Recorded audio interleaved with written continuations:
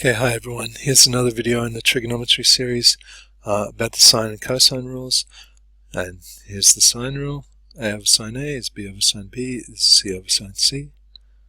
And the cosine rule, A squared plus B squared equals B squared plus C squared minus 2BC cos A. Remembering that angles have the capital letters A, B, C, and the small letters are the sides opposite. So side A is opposite angle A, side B is opposite angle B, side C is opposite angle C. The other formula you'll need to remember is area equals half AB sine C. I'm not going to show the derivation of these three formulas, I'm just going to show you 4 examples that use them. There's plenty of other videos you can look up, or look up your textbook on how you derive these. Actually, for most exams you'll never need to know how to derive them, just how to use them, and most real life situations as well. Okay, this chart might help you. When should I use the sine and cosine rule? Well, have you got a triangle? Then maybe you can use it. Is it a right angle triangle? Well, if yes, think about, does it involve any angles? If it does, then use sine, cos and tan. Just simple trig ratios. If it doesn't have any angles, you've got to use Pythagoras. However, if it's not right angled, think about, do you have a side and its opposite angle? If you do, you're going to use the sine rule. If you don't, you're going to use the cosine rule. Okay, so we're looking at triangles that are not right angled, and we've got to see if we've got a side in the opposite angle or not. Okay, well, here we have a non-right angle triangle. We have the 3 angles, and we have one side.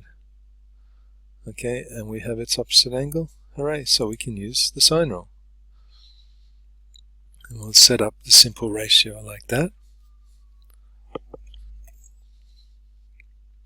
And then we can rearrange that into 2 separate things, because 3 things in an equation is a bit hard. Okay, then rearrange for B, rearrange for C, and then chuck it in your calculator. And that looks nice because these angles are very similar. You expect the answers to be very similar. And the smaller side is opposite the smallest angle. Correct. Looks great. Okay, here's another example. This time we have 2 sides and we have the angle in between them. We don't have the opposite side. Okay, so we can't use the sine rule. So let's use this cosine rule. Now, I've rewritten it this way rather than a squared to c squared.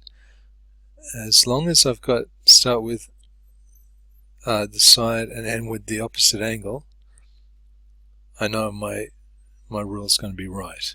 Okay, so c squared is 67, the c is related to the 67. So now we can substitute in the values,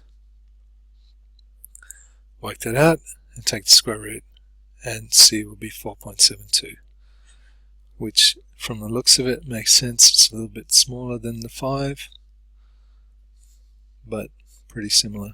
So good work. Okay, find the measures of angles ABC. Okay, I don't have any angles, so I can't use the sine rule yet, so I'm going to start with cosine rule. I choose to use the A one. Okay, so 6 squared is 3 squared plus 4 squared minus 2 times 3 times 4 times cosine A.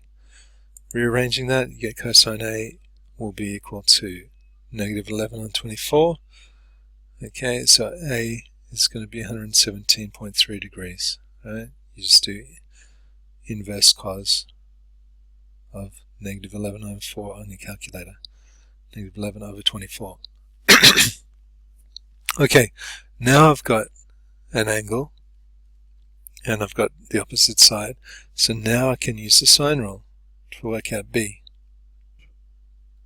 So 6 over sine 117.3 is 3 over sine b. So sine b is 0.444, so inverse sine of 0.444 will give you 26.4 degrees. Okay, now to work out angle C, I could use the cosine rule, I could use the sine rule, or I could just say the angles in the triangle add up to 180, so that's got to be 36.3. Okay, so there's your three angles. Worked out three different ways. Okay, one last question. Find the area of this triangle. Well, we just remember the formula. It's half the product of the sides times the sine of the angle in between them. And then we don't need the third side. We just need to put the values in and work it out.